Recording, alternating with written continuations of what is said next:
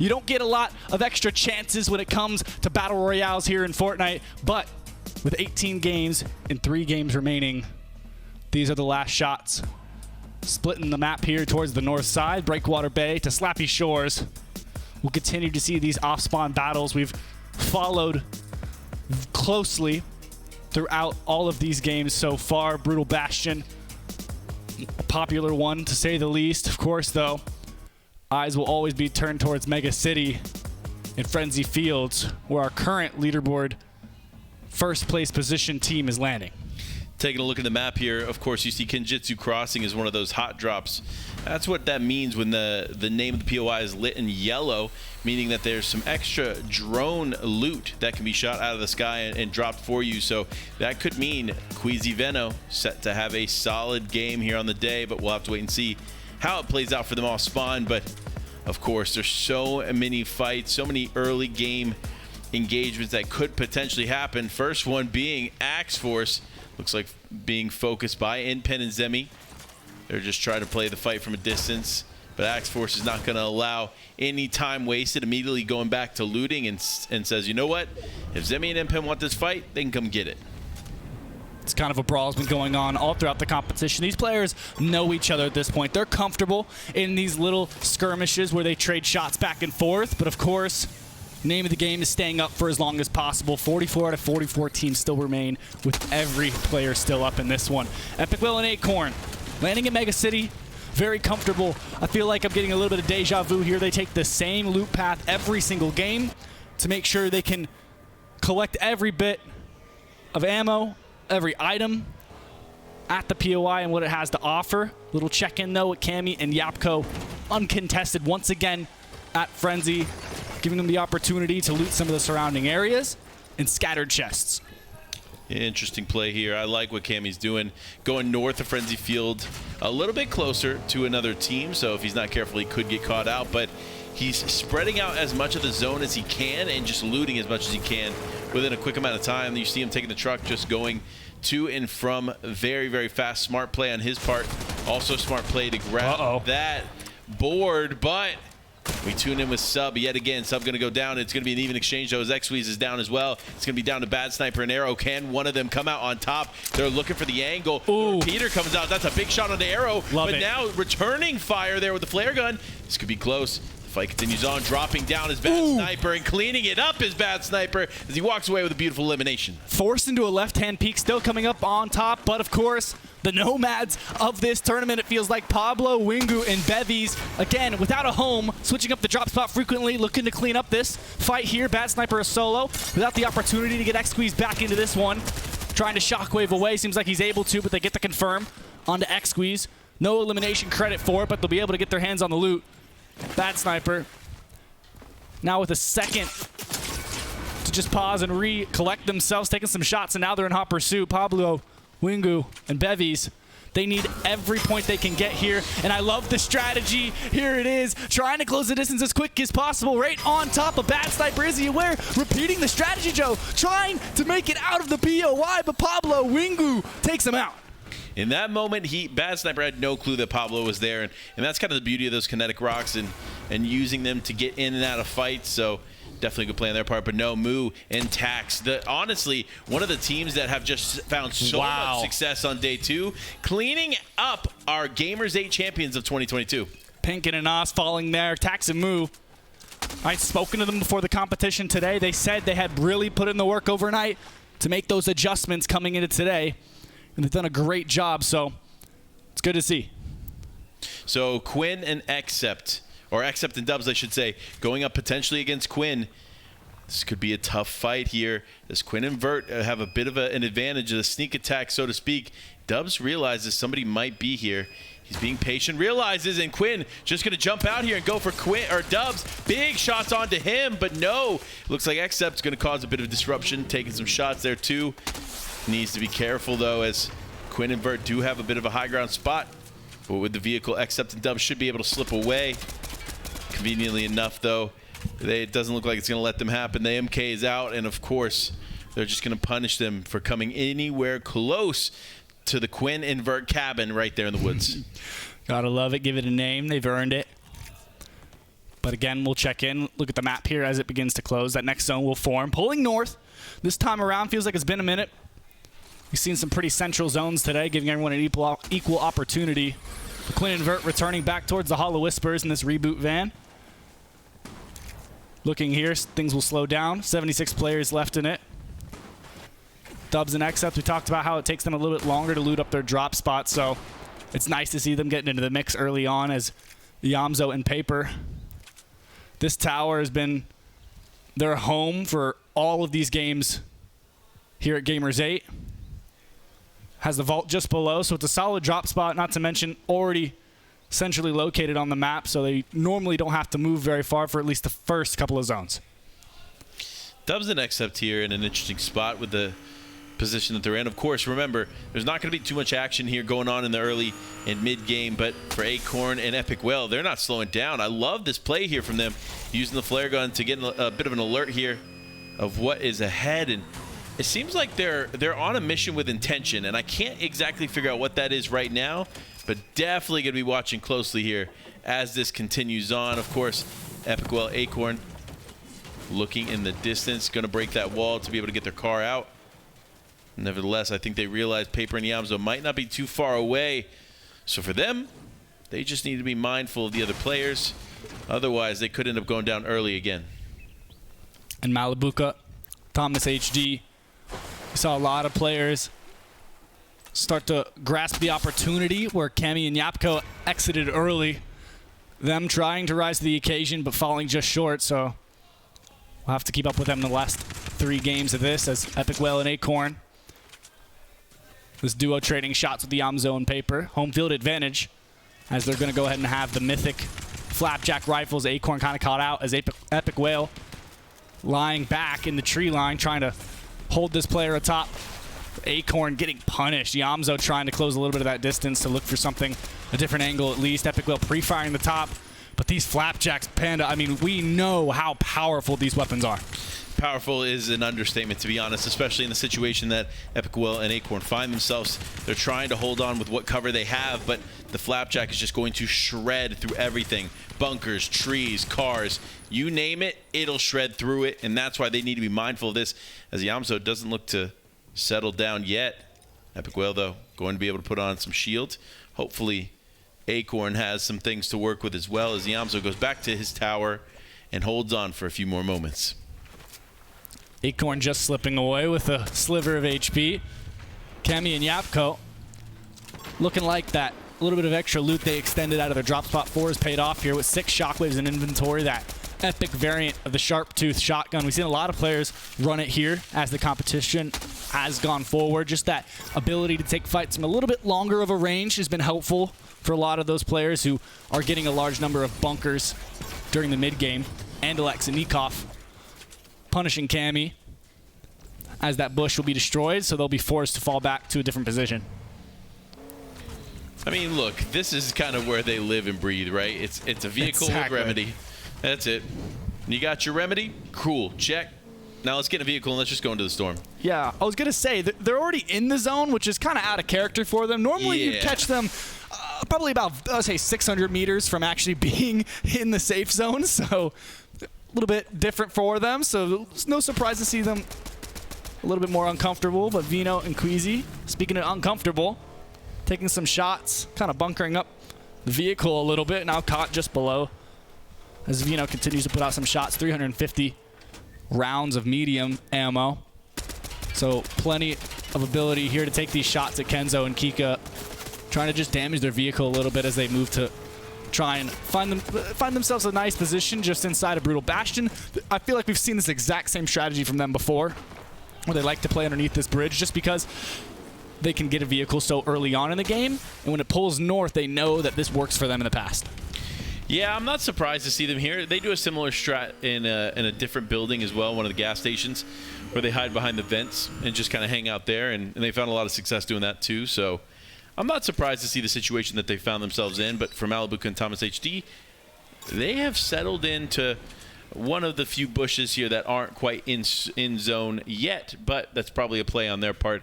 They're looking to make sure they spend as much time in this game as possible, but Dark and Gentle now going to be focusing on Bully, and that's going to get the full elimination. It does look like maybe Muzz was taken out before, and so Bully left as a solo. Unfortunately, going to go down in this one.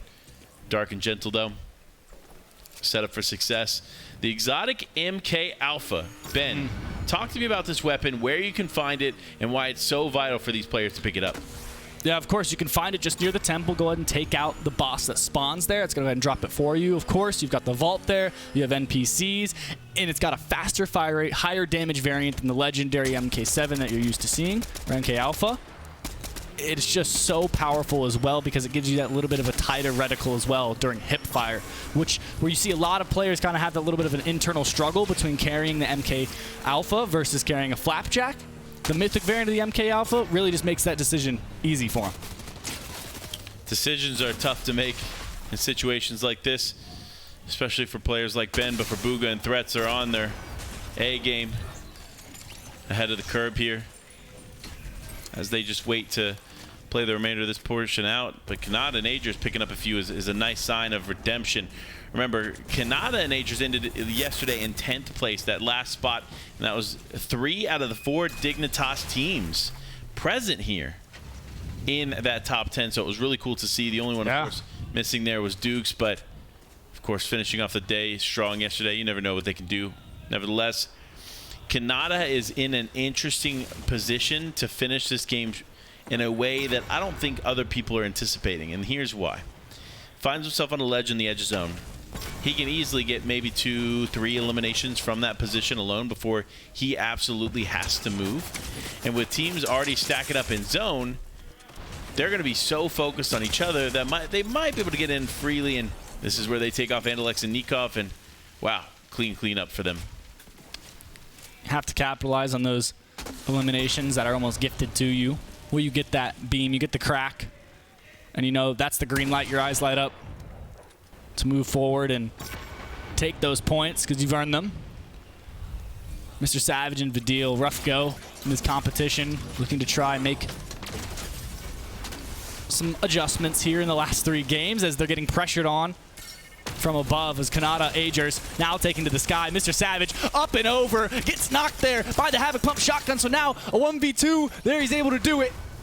Both players down, Agers, Kanata on top here, going up against Mr. Savage and Vidil. Kind of a clash of the titans as Bugha and Threats rotating in. Shockwaves out, trying to split them apart. Kanata stuck in the bush. Threats going to be able to spot out either player. No, not able to do so, but he's going to move back towards the bush. He hears the audio cue. There's a confirm, leaving Agers not only clutching up the fight, now forced to clutch up the game. That is a tough spot, but great on Bugha and Threats to identify that quick and just get in there while they could. Unfortunately, they're not going to get the elimination there onto Kanata, but they will get the plentiful refresh that he has left behind. So great on them to take the fight where they did. But now we focus on Dark and Gentle, who have spent a lot of time in Storm here. That's going to be Draftel going down. Dexify left as a solo here. Does have the Chug Cannon. Should be able to heal himself up quite nicely, as Draftel unfortunately going to fall to the hands of Gentle. And this team continues to be in the running for the top spot amongst a few others. We'll see how this game finishes out, and of course how the competition finishes. But Source and Notch, I do want to talk about them here a little bit, right? They've come in and out of the conversation of players that could potentially take a top 10 spot, and with a good game here, they may be able to do just that. We've seen them a few times here in the end game on the day. Let's see exactly what their game plan and strategy is. Of course, playing this brutal Bastion Edge is always going to be tough here for them, as they just try to hold on here for a few moments longer. Speaking of holding on, is Amar and Reason finds himself at the crosshairs of Seti and Tayson. Oh, wow. This duo has not left. What is going on here? I feel like, okay, in the standard BR, you're like, oh man, they're just like, they're fighting for the POI. Like, if you leave the POI, you're like showing like weakness. But Tayson and Seti are like, nah, man, we have Remedy, so we can hang out here. Yeah. And if you guys want to come to me, that's on you. That's the one thing, though, right? I mean, a lot of players like to credit the success of Japko and Cammy to the fact that they have the Remedy NPC, but Seti and Tayson have the exact same one, and they have vehicles that spawn at Slappy. There's no reason they shouldn't be able to replicate their gameplay, at least in that aspect of it, so they must be doing more, and they are. It's just more to break down, but Gentle will lose S-Dark. It's now caught out in the open here. Will be taken out. An early exit. Hero and Fahad putting in the work and the damage as they move through this game. They already have the legendary Surf Juices, the Island Claim, Pablo Wingu gliding through the air as they continue to look back zone. Any players, I mean, they know, they're very well aware that a lot of the competitors here today like to play in zone, so staying atop the island, they can just look deeper into it. But we'll get a look here. The big play from Savage and Vidil to challenge them here, knowing that, hey, down here on the low ground, it's not going to be worth it, but not paying off this time. Agers, again, we saw him get pushed by Bugha Threats immediately after that engagement. Have to keep an eye out to see if he's still in this one, but Pablo seemed to have found himself a spot here in this little crevasse, playing this game out. Crevice? Crevasse? It's just crevice, bro.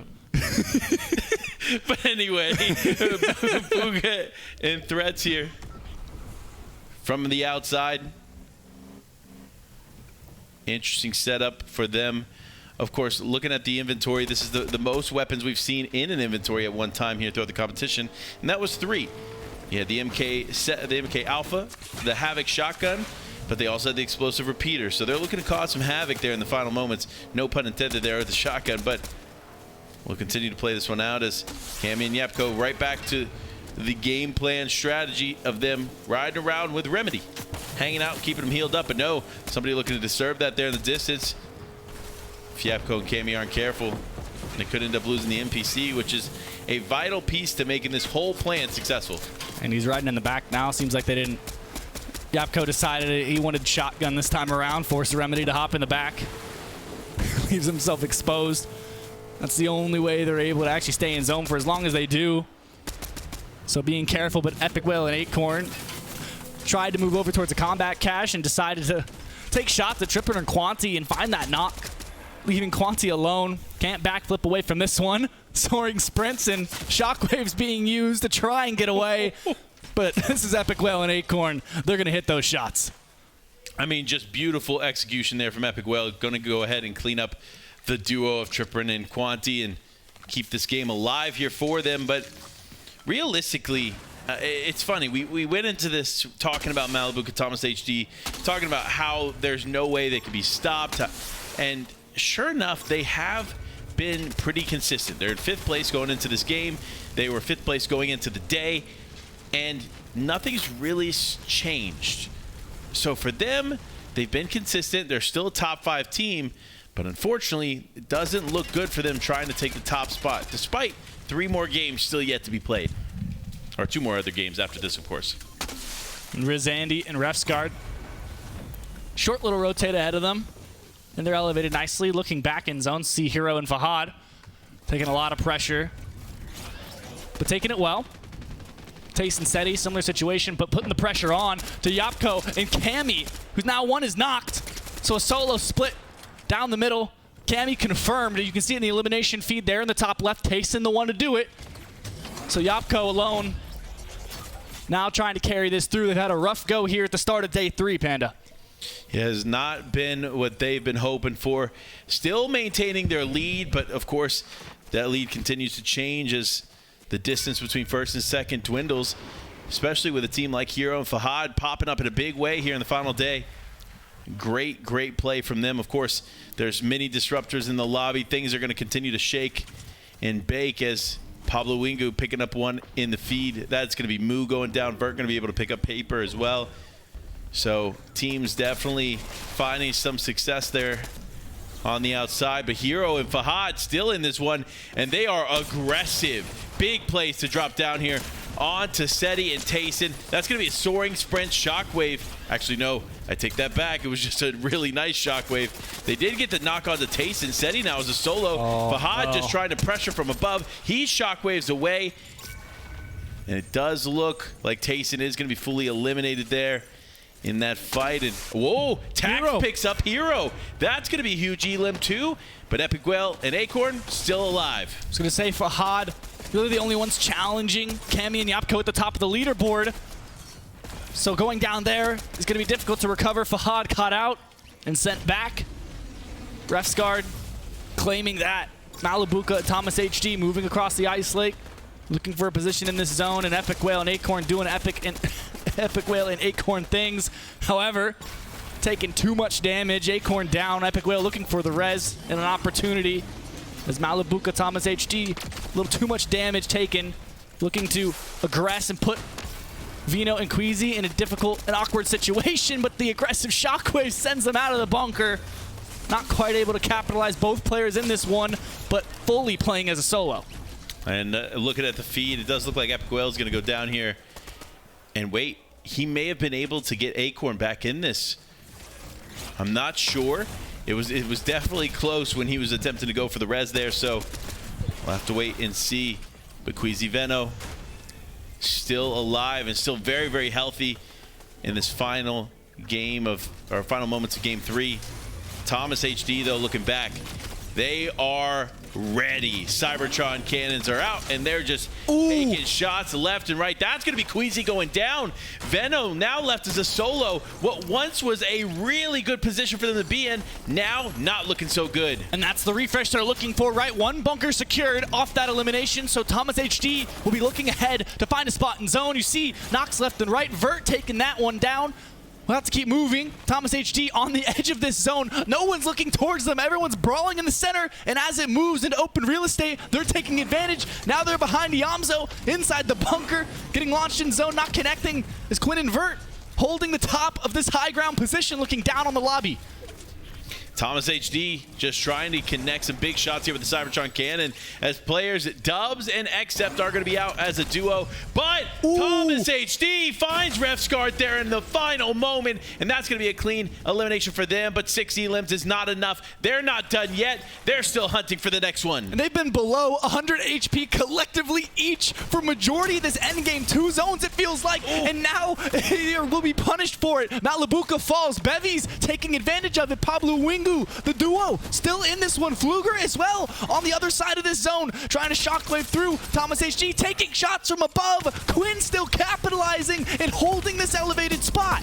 Fluger Ops going to go down here as Quinn and Vert looking to set up a win for them. The shockwave play comes out. Iamzo now going to rotate a little bit late, just trying to stay alive here, taking a lot of damage. Oh no! Unfortunately, does look like he could go down a storm there if he's not careful. Now though, Pump trying to stay alive. Could he get the slurp juice sauce? Yes, but not without getting punished as Iamzo comes in and cleans him up.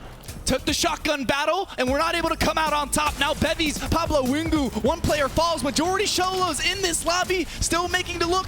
Trashy, the Cybertron cannon, spots off Kika and Kenzo on the low ground, but the damage is dealt. He has the med mist in inventory. Now playing zone a little bit to look for some extra time as we're going to move into a 2v1 situation. Kenzo and Kika, the Dallas DreamHack qualifiers, looking to try and close out the game.